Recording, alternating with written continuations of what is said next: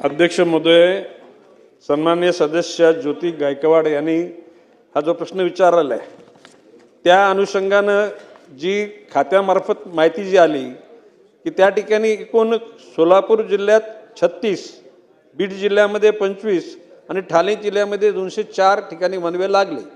आता हे वनवे लागल्यानंतर त्या वनवे विझवण्याकरता त्या ठिकाणी स्थानिक प्रतिनिधी, लोकप्रतिनिधी, NGOज, वन खात्याचे कर्मचारी, अधिकारी हे सतर्क असतात आणि ते विझवण्याचा ते प्रामाणिकपणे प्रयत्न करतात। बाब असे की आता सॅटेलाइटच्या माध्यमातून सुद्धा वनवे डिटेक्ट करण्याची यंत्रणा सुरू केलेली आहे आणि सर्वांच्या प्रयत्नातून भविष्यकाळामध्ये आगीच्या वृक्ष होता कामा नयेत याची दक्षता घेतली जात आहे।